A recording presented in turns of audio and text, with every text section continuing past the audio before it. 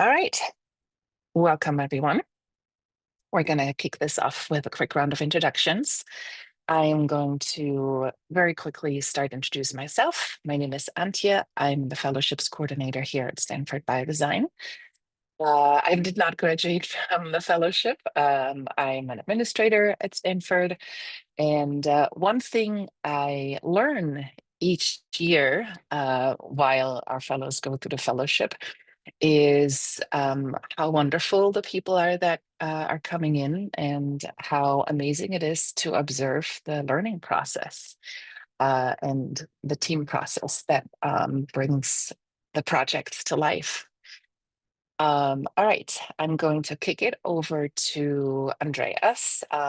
Please state your name and country or state of origin, the year you graduated from the fellowship, and one thing you learned about yourself during the fellowship year.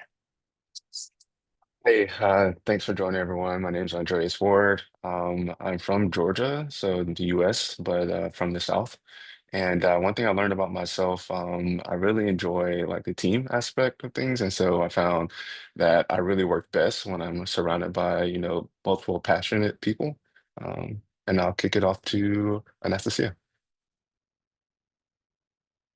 Hi, everybody. My name is Anastasia. I'm originally from Greece. I was in the year with Andreas, 23, 24. And one thing I learned by myself is also similar to Andreas, is that you can find out about different strengths you have through the eyes of your teammates. And it's really empowering to figure out, skills you didn't think you had, but like working together, they seem to like help the team. And let's go, Marisa. Hi, everyone. My name is Marissa. I'm from the fellowship year 24-25. So I just finished and graduated last week. One thing, I'm originally from Colorado here in the United States, but most recently was living in Salt Lake City, Utah. And one thing that I learned about myself this fellowship year is that I'm very methodical and process oriented, and that can be a blessing and a curse. But I think I learned how to work in a team of all different working styles. And then kick it back to Ignacio here. Thanks, Marisa. Well, hi, everyone. My name is Ignacio Perez. I'm an internal medicine physician from Santiago, Chile. I graduated from the fellowship last year, so 23, 24.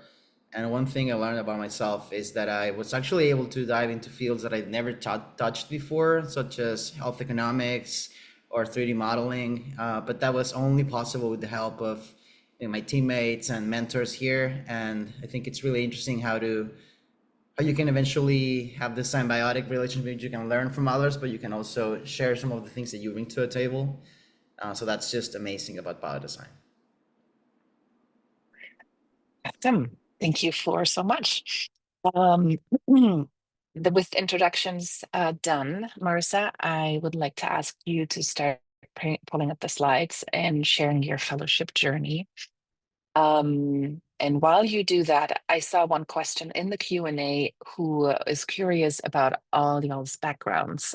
So very rapid fire, maybe in the same order if we can. Closing with Marissa. Andreas, please share your background real quick.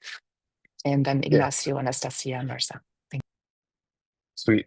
So my background's mechanical engineering and product design. I went to Georgia Tech and worked for Johnson & Johnson or Ethicon, designing surgical tools before biodesign.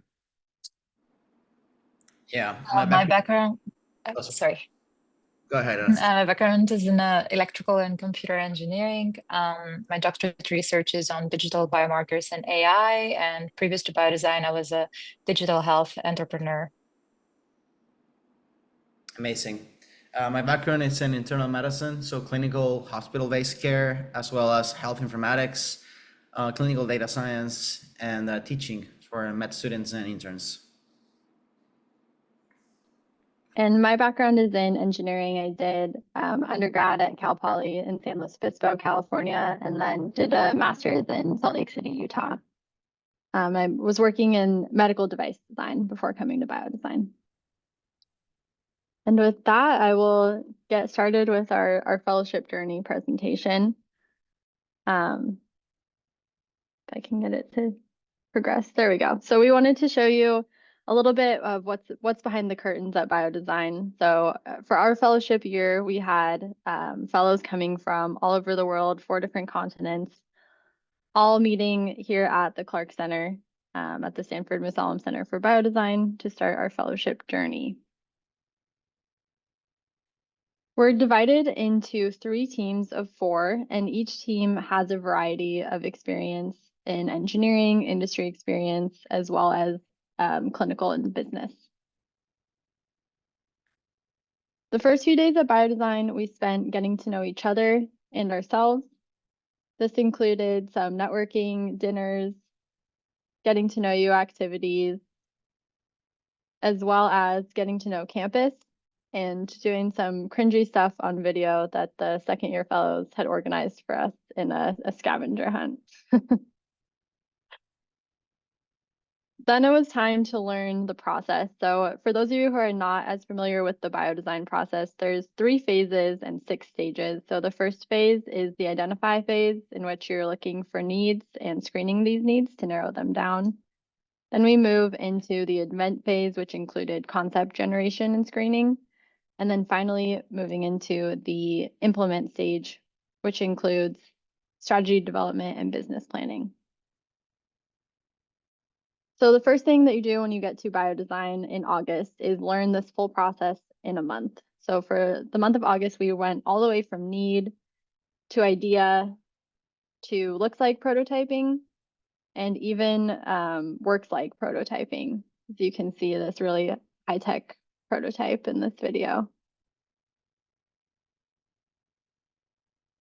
We actually don't find out the clinical focus area until we get to Biodesign. So this year, our clinical focus area was actually 3 different areas. So we had physical medicine and rehabilitation, pain medicine, and substance use. So after boot camp in the month of September, we went into our clinical immersion phase where we shadowed in operating rooms, clinics, emergency departments, and rehabilitation facilities all throughout the Bay Area. So this included Stanford Medicine, UCSF Health, and El Camino Health.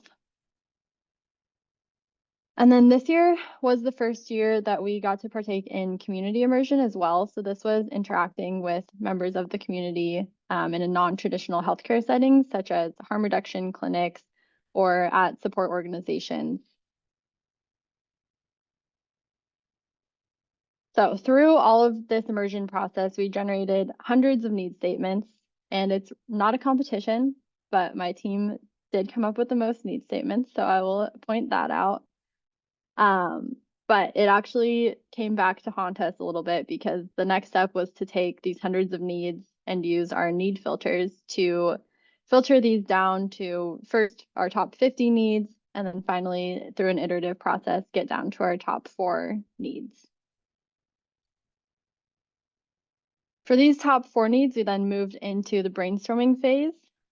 I think the keys that we learned to brainstorming are lots of sticky notes, Sharpies, and snacks.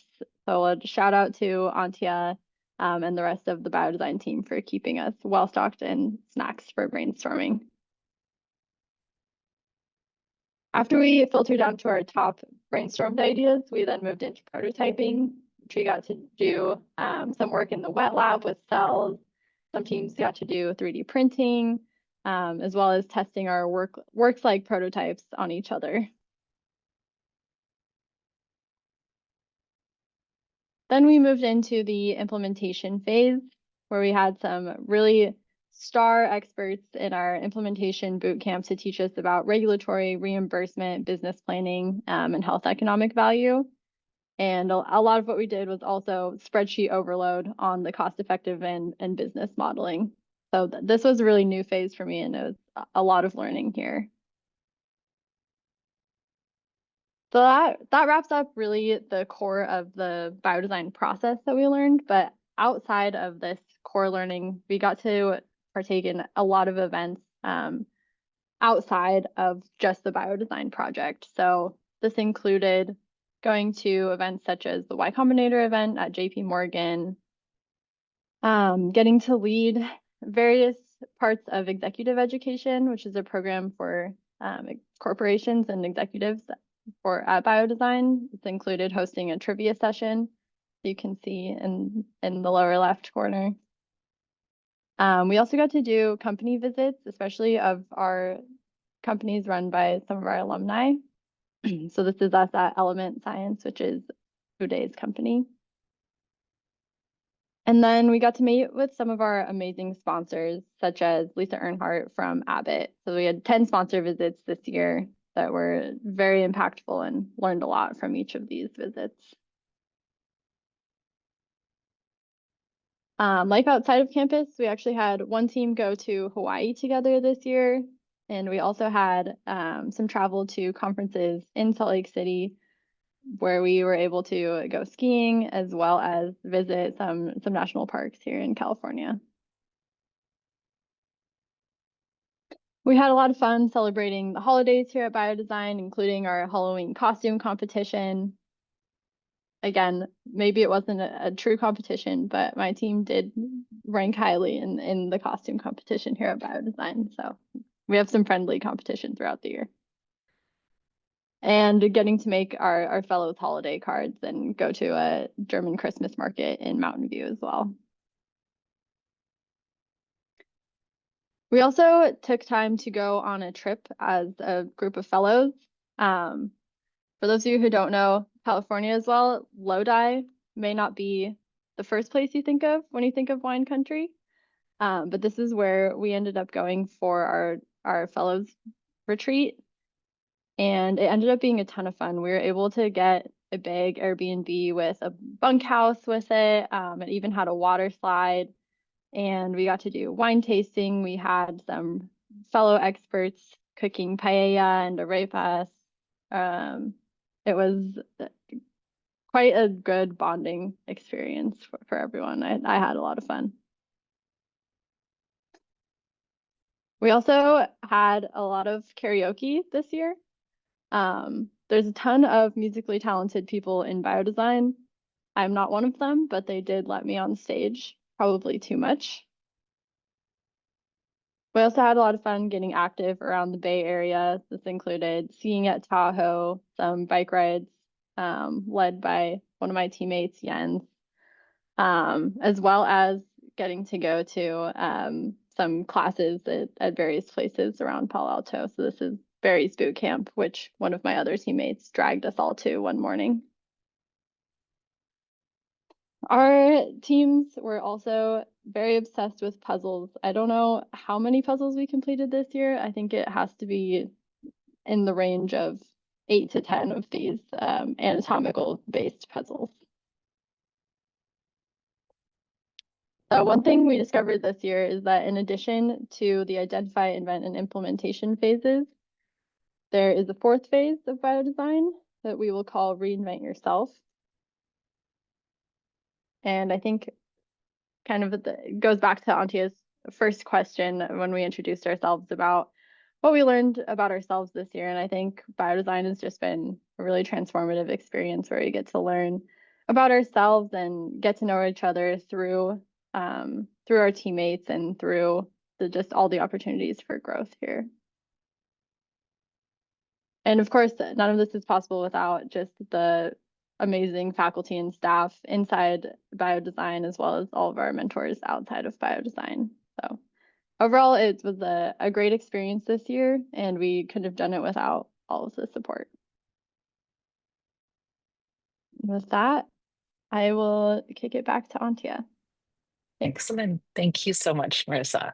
As you all can see, the fellowship is not just about work, but it is so much more. The year experience is always very impactful on all the fellows, and we just had graduation last week here on campus, and for graduation, the Innovation Fellow alums are also invited, and it's more gotta feel like a big family in many ways, coming together for a reunion.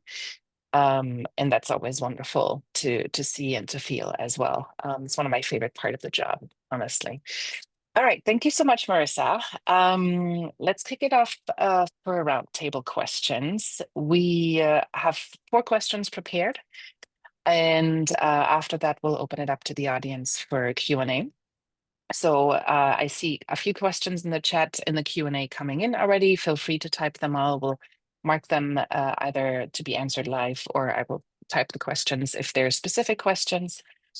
And we'll kick it off with the roundtable questions. Marissa, what was your favorite part of this fellowship year?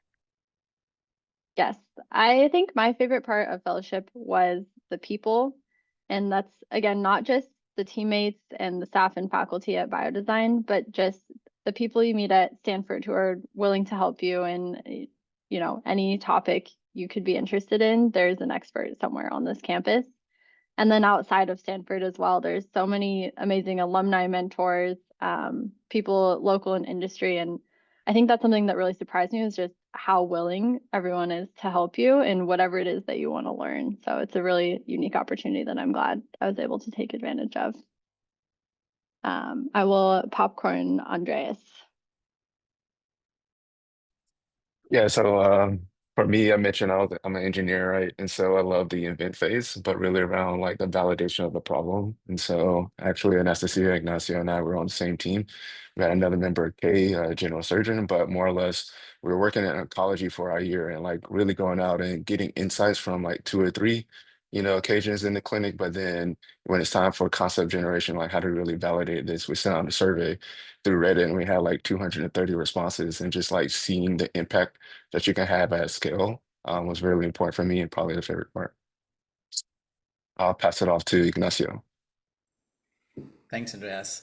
Yeah, for me, I mean, I agree with both of prior responses. For me, the favorite part of the year was clinical immersion. I really enjoyed spending hours in the hospital, serving patients, talking with staff, and then regrouping in the afternoon or evening with my team to discuss and really go over what we had seen. I think as someone who spent a lot of time in hospitals before, Biodesign is really impressive to realize how much you normalize and you miss. You just don't see these things when you're practicing clinical medicine. And so being next to someone else who has a different background and can see things differently can really be eye-opening. And so we learn a huge amount about real world problems in the hospital as well about each other. And I'll kick it off to Anastasia. Yeah, I have to agree. My favorite part was clinical immersion too. I think from a different perspective, being an engineer and haven't had the opportunity to spend a lot of time inside operating rooms or shadowing clinicians or talking with patients, it was very eye-opening. It really made me appreciate the complexity of all these problems, but also how it's a multi-stakeholder affair. You really need to understand all sides, and you see how hard it is to innovate in the right way, because you need to understand the motivations and needs of all these different stakeholders, but also how humbling it was that all these people, from the patients to the doctors to the nurses to everybody in the hospital, were so open in giving us time and space and their attention, and share this vulnerable side for them. That was really the most special part.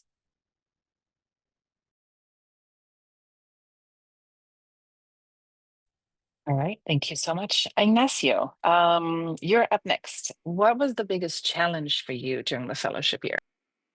Yeah, I mean, there were like two big challenges, I would say. Personally, moving continents was a real test. There's a lot of things you need to care about. So visa paperwork, social security numbers, opening a bank account in the US, renting as a foreigner, getting a phone number, health insurance. So a lot of things, and each one of them felt like they had to be resolved yesterday when you get here. So simultaneously dealing with all of this stuff while going through boot camp, it can get a little bit intense. And obviously also being away from family adds another layer of complexity. Depending on the time of the year, we have up to 5 hours of difference with Chile. So in my case, I obviously missed my girlfriend, my friends, and my family a lot. But you can support yourself with the amazing community you have at Biodesign, and your group, your mentors, everyone around the center is so welcoming, so you can mitigate that a little bit. And professionally, I guess this is probably common for physicians, but we're trained to reduce error. So as an innovator, I had to increase, let's say, iteration speed. So I really had to let go of the idea that our needs, our concepts need to be perfect. And again, the team was central for this. I see Anastasia laughing a little bit. I learned a lot about rapid iteration and just getting feedback quickly and not necessarily delivering a perfect draft. So once you embrace that, I think you work much better. Andreas, what was the toughest part for you? Yeah, so Biodesign, like Marissa mentioned, you have to reinvent yourself, or it comes to opportunity where you can reinvent yourself. And so coming in, everyone is obviously smart, you're gifted, you have like 10, 20 permutations of yourself that you could go into, but Biodesign introduced you to so many things, so many people, so many like opportunities that you never even knew existed. And so at the end of the year, you actually have like 1,000 permutations of who you can be. And so oftentimes it's like very challenging deciding on like who are you going to be in this next phase of life. I think it's something challenging that everyone has to kind of work through because you're presented with so many new skills and opportunities. So that was for me. I'm curious, Marissa, what about for you? Yeah, for me, I think on the personal side, something I realized is that I was pretty conflict avoidant or uncomfortable with conflict. And I think biodesign enabled me to do some intentional work on getting more comfortable with conflict and seeing how it's natural for teams. And it's really like a cycle that you go through and getting to kind of have that creative conflict, um, and how it can actually elevate ideas and is kind of a necessary part of the process. So that was hard for me, but I'm glad that I had the opportunity to do it. What about you, Anastasia? Yeah, I think one of the trickiest parts was time management and having the time to really like absorb everything that was happening and be present, and even reflect, to Andreas and Ignacio's points of like so many changes happen inside you, around you, like you get to exposed to a lot of different stimuli and so many different people. So like you need to be present, but also you need to be mindful of your own well-being. So, finding this balance is a bit tricky at the beginning. And then also it's a bit hard when you start working on needs and you go down to like from hundreds of needs to the last five, working into filtering out those needs, you end up really getting in love with some problems or some solutions. So then you need to set aside this bias and really see through what is the true need behind here. So I think this is also a bit challenging to not fall in love with the problem you're solving, but see it from a more objective standpoint. Awesome. Thank you so much for reflecting on that and sharing honestly sort of how some of the trickier parts of the year went for you. Andreas, how did you find out about a fellowship and what made you apply in the first place? Yeah, so like I said, I was at Johnson Johnson, great company, and I actually started to work in more of the upstream innovation. I was like, man, what do you do when your project doesn't exist? Like when you don't have a pre-existing product. And I got to work with a couple of alums of Biodesign and get to see like the way they thought about creating things from zero at a bigger company. I was like, wow, this is exactly what I want to do. And so I started to learn from them, and I really wanted to kind of get that information for myself. And so I saw the opportunity at Biodesign as a great point to really learn how to go out and help create new things for people that are underserved, where maybe we don't focus on them to date. But what do you do when you need to figure out, new technology? And so that's kind of what I was going for. The outcome of it is like that, but so much more. Like we've already alluded to, it's really about the strong foundation and relationships you build. And so I wasn't expecting to like come away with so many new friends, like people I would see like as family, but also like those I can call in the middle of the night to really help support whether it's a career or a personal aspect of my life. And so that was a surprise, but definitely something I'm happy I got out of it. I'm curious, Ignacio, maybe what was your standpoint? Sure. Well, I applied because biodesign just sits exactly where medicine, technology, and innovation entrepreneurship overlap. And the moment I learned about biodesign, I just felt like this is what I've been looking for. This is what I wanted to do. It was just unreal to think that there was a place where you could come and learn this. And actually, not just learn this theoretically, but to practice it and to learn it from people who've actually done it many times before. I think this is just one of the biggest and the most amazing thing about this fellowship is that your mentors and your teachers are just amazing entrepreneurs who've really made an impact in healthcare. They've created devices used all over the world. They've impacted millions of lives. So it's really just impressive. Again, what I said before, when I learned about it, my mind was just blown that this existed. And practically, I mean, I hoped to get a structured innovation process and to grow a strong professional network, and I got both and much more from the fellowship. So yeah, 100%. I really loved it, and that was why I applied. So let's hear about Anastasia. Yeah, so for me, I heard from Biodesign from a mentor of mine. I was working before at a venture studio building digital health companies, and he pointed me towards that direction. For me, it was an opportunity to. I was amazed that there was a methodology that can teach you innovation in areas where you had zero exposure. So I was like, oh, what about medtech? What about biotech? Because I was so into digital health. So I came to like really see this applied in such an important innovation ecosystem in Silicon Valley. And I did get that, of course. But also, I want to again emphasize the part of community. Like, it is amazing, all of these people that give you the time and like really intentionally help you with your career development, or refer you to other people, or give you opportunities, and are really there to listen to you and help you progress into whatever you want to do after biodesign as well.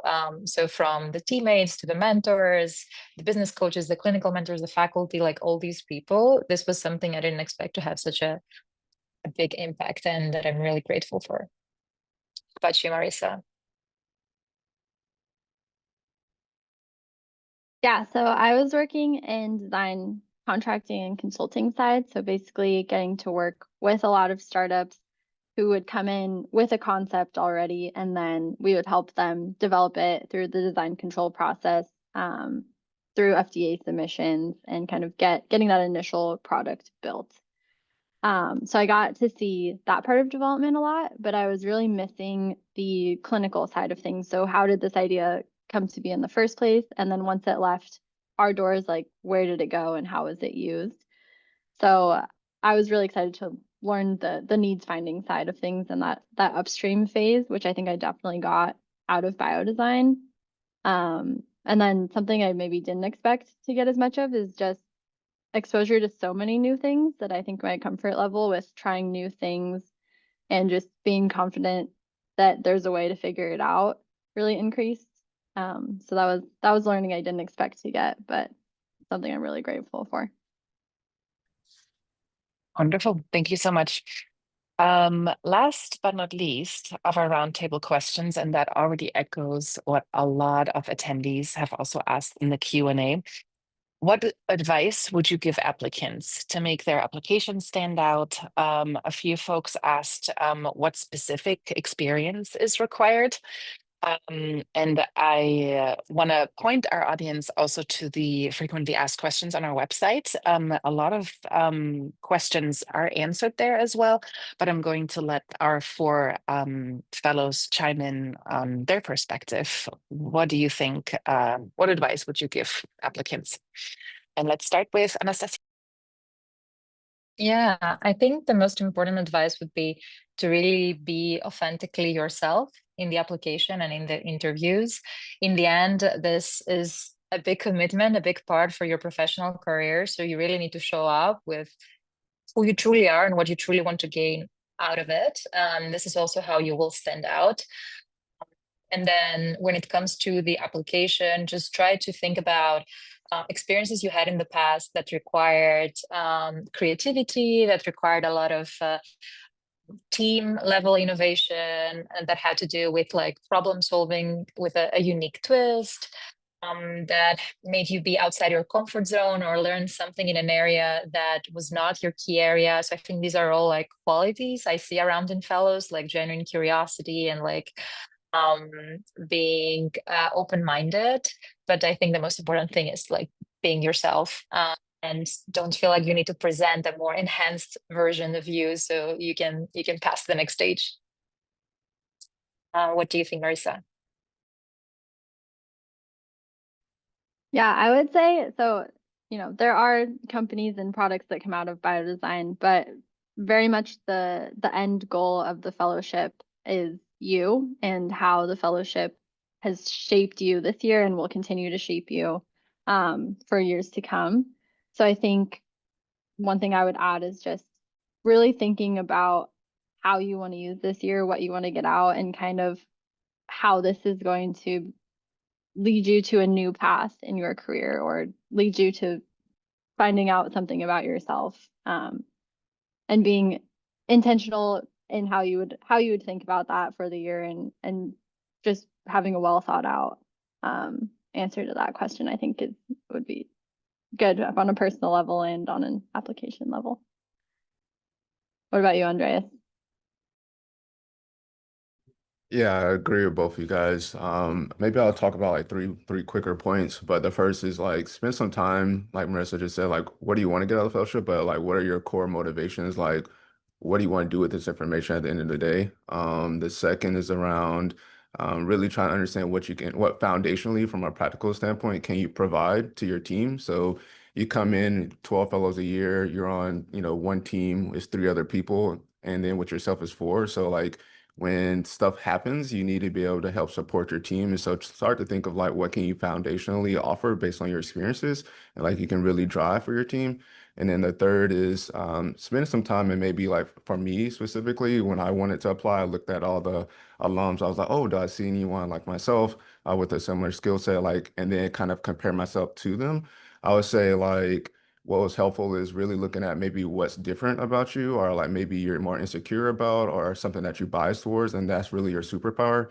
And finding a way to kind of show your difference in the application, I would find is really important. All right, last but not least, Ignacio. Yeah, I think your last point is super important for people who might not necessarily quote unquote fit the traditional profile of a Biodesign fellow.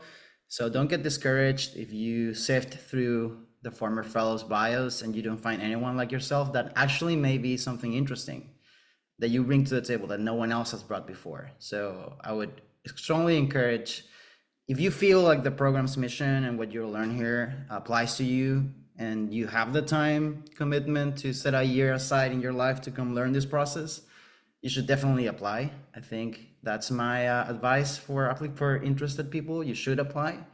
And I'm gonna double click on what Anastasia said, and I really think that you need to be genuine. As you know, the selection process has 2 stages. So there's interviews after you go through the formal submission process. So we really want to get to know you, and it's important that you show yourself as you are, especially thinking about how the fellowship is going to be, which is a year of teamwork. We really want to get to know you. So I would combine those 2 things by saying definitely apply if you're interested. Show everything that you have, especially if it's something that's different, that's valuable here. That's really helpful. Thank you all for chiming in. I see another theme in our Q&A that I'm also very curious to hear from all of you. How did the program impact your career trajectory, and what's next? Let's start with Marissa. Yeah, so I just finished in June, and my team actually ended up applying for summer extension and getting an extension to continue working on our project over the summer. So that's what I'm doing in the immediate future right now. It definitely made me think about career options and career choices, and I think in general, I'm leaning towards going into more of that upstream side and strategic side of things. What about you, Anastasia? Yeah, so the fellowship was 2 years ago. So this year, I got with Andreas a second-year fellowship on a new program in biodesign called Stanford's Initiative on Entrepreneurs, Resilience and Wellbeing, where we had the opportunity to interview founders across the US in health tech and biotech and figure out what are the individual and system factors that affect their resilience and well-being. And we came up with some really cool insights, and we're going to pilot a circle on Stanford as well with the next year's fellows, which is really excited. And to Andrea's previous point, you get like so many ideas of what you can become that I feel like this year we're again at the same point where like, okay, so what is coming next? And from my side, I'm looking at opportunities in venture investment and venture building as a next step, but like also really want to be part of the biodesign community. Andreas? Yeah, so one of my challenges is, Biodesign creates so many opportunities for you. And so sometimes at the end it comes on like how much can you handle? Biodesign gives you a safe space where you can test a lot of things out. And so like Anastasia mentioned, last year we did a second year fellowship. And so oftentimes Biodesign would present kind of that opportunity at the end of the year. So, we took advantage of it, learned a lot, but throughout this past year, I've been able to kind of push that fellowship out. Once you're a part of the alum, people reach out to you and there's new opportunities. So I started to work with another Biodesign alumni on her company. And so we've been building that out over the last year. So I'm continuing working on that with a couple other incubators. And then we're also pushing our own idea on the side and consulting a bit. And so I'm going to do this for the immediate future right now. It's really fun. And then I'm also entertaining some more upstream roles in more like mid-sized to big companies.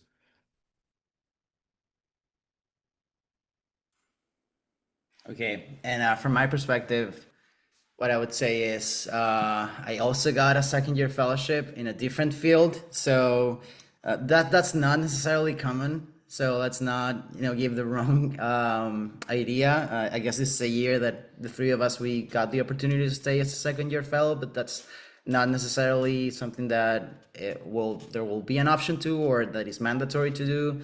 In my case, my second year fellowship was in a different field. It was in the field of congenital heart diseases or defects. And I got the opportunity to perform a landscape analysis of unmet needs, looking at different stages of the patient's lives and across the cycle of care, for which I got the opportunity to basically redo biodesign from the beginning, needs finding across different hospitals in the United States. And with that, do the traditional biodesign process in terms of finding all these needs, doing the filtering, boiling it down to 2 or 3 main needs. And now I'm working on the second half of the process, doing basically invention around the top need that I identified. So I still get to work on that as a second year fellow, and we'll see what the future holds. That's I guess for everyone. When you choose this path, there's a lot of uncertainty in the future, but it's a good kind of uncertainty because there's always great options right across the street. Thank you all. Yeah, as you can hear, a good portion of flexibility is a good thing during the fellowship. I've seen another theme in the Q&A, and that's more around the teams and team dynamic. While we don't really give away sort of how we put the teams together on a high level, I can already say that we try, as Ignacio already mentioned, put teams together with diverse experiences. For example, 2 doctors, 1 person with a business background, 1 person with an engineering background, or a mix thereof. But you're working so closely together, 40 hours a week, tensions arise. And I want to hand this question off to the 4 of you. How did your teams handle interpersonal issues? How did you experience sort of that process? Anastasia. Yeah, so I was with the team with Andreas, Ignacio, and Kay, as I mentioned before. It was honestly really, really fun to be in a team with like such different people and a flat hierarchy. So of course you need to like figure out what is everybody's working style, what is everybody's non-negotiables, how do they thrive, what do they struggle with, so that there is like a common common vision, common alignment on how we work. There is also a team psychologist, Doug, who helps with interactions when needed. I think what really helped us bond is spending time outside of work as well, socializing, doing activities, even taking long car rides from visiting our mentors. I think this was our space to like vent, share.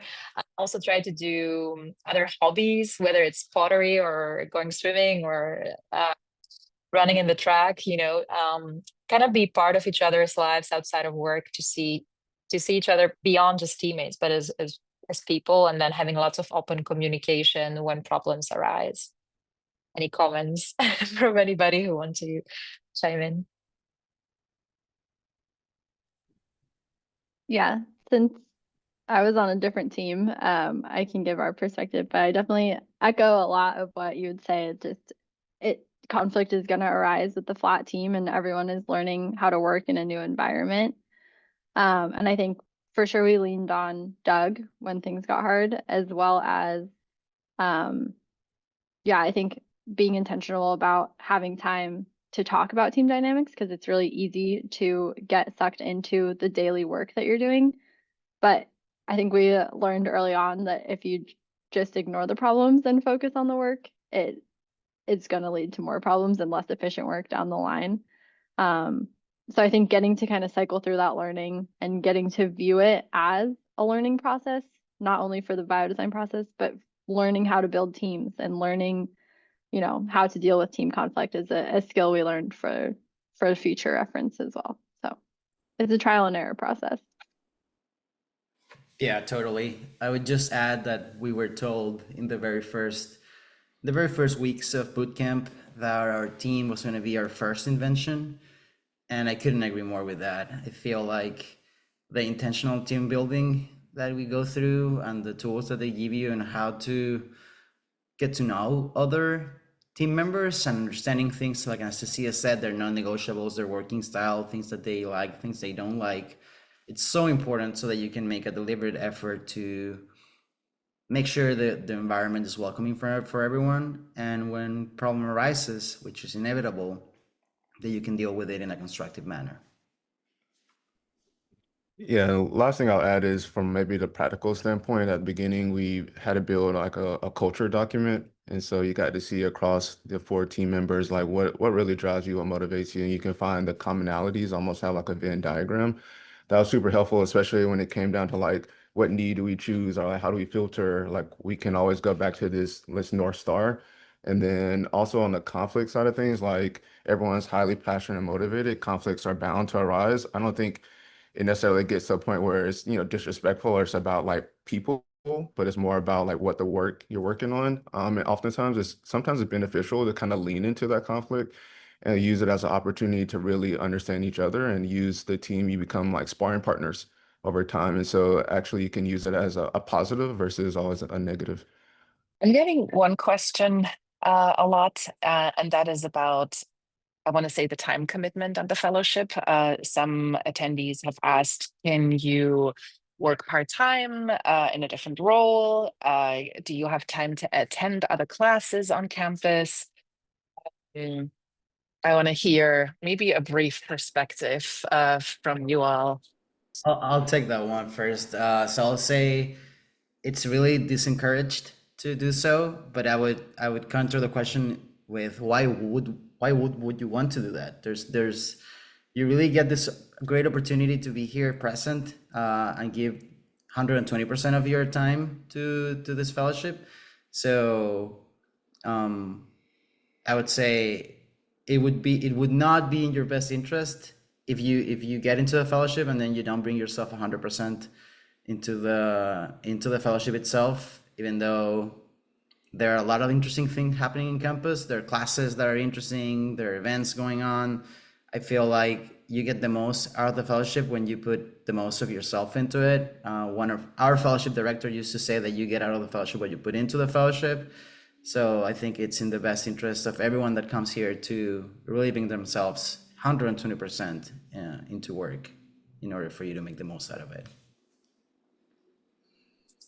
However, it is true that sometimes there are a lot of adjacent events and people on campus that might work on the same need areas as you. And I think this is really cool that you're working on this niche problem, and the world-class expert is on the lab next door. So I feel like you can still take advantage of the Stanford ecosystem to really support your innovation process and your journey within the fellowship. And there have been fellows in the past that also have attended other classes or other workshops and events that support their career development. But to Ignacio's point, it's all about making sure you prioritize the fellowship and the deliverables and the attendance and the events of the fellowship, and then figuring out in your free time if you want to decompress or further grow professionally or personally. And I'm sure Stanford has exposure to all of these things in all these layers, even from hobbies to like professional career and personal development. But it's all about prioritizing.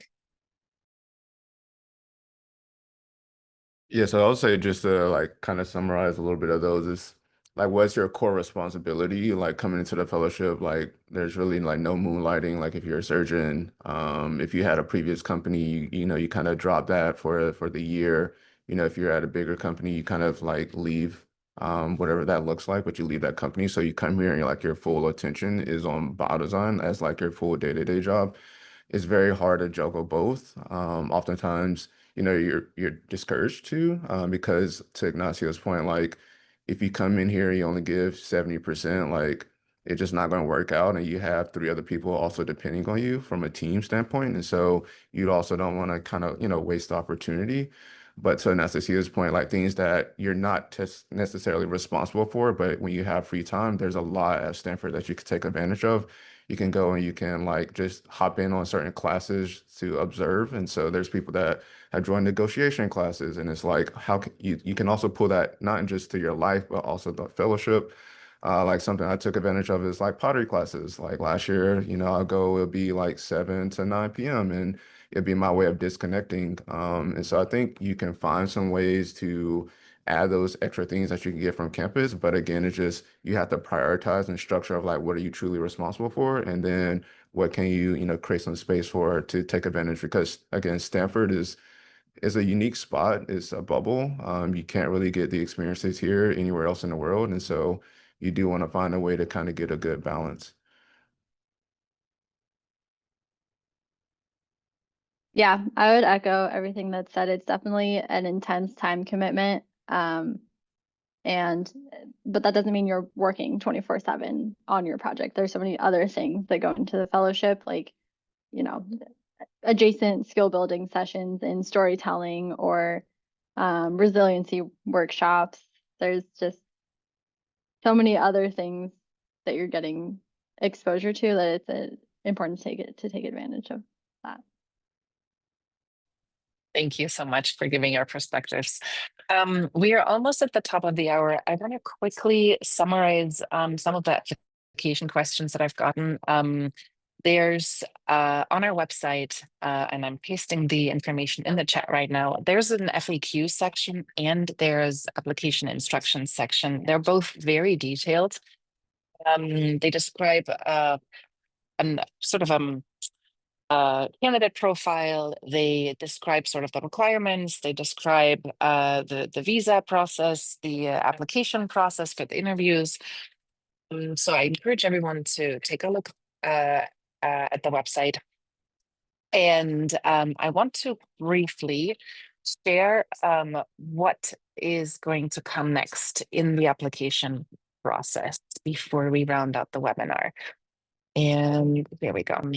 So the next step really would be downloading the application instructions from our website, the link that I just pasted in the chat in Zoom. We have detailed instructions there and detailed descriptions of what's required during the application process.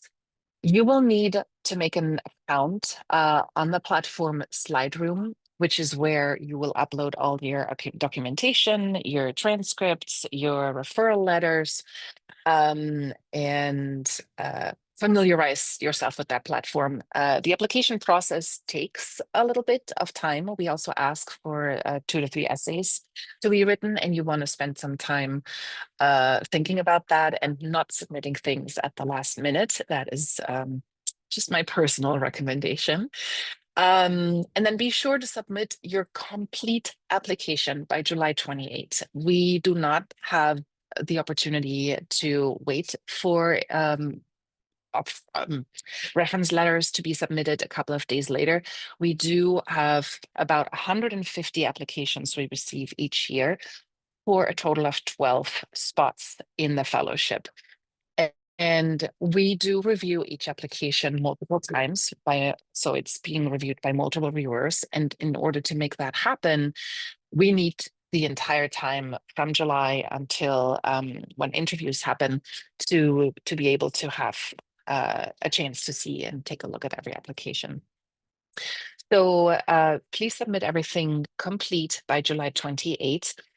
And let us know if there are any questions that are not answered on either the FAQ page or in the application instructions online. And I believe with that, we are pretty much at the top of the hour. To close us out, let's do something fun and say good day, goodbye in our preferred language. Vielen Dank fürs Zuschauen. Bis bald. Tschüss. Ignacio. Nos vemos, que tengan un buen día. See you later. Καλό απόγευμα, καλή συνέχεια. Have a great day, everyone. Excellent. Thank you, fellows, so much for doing this with me. And thank you, everyone, for watching. Have a good day. Bye. Chao.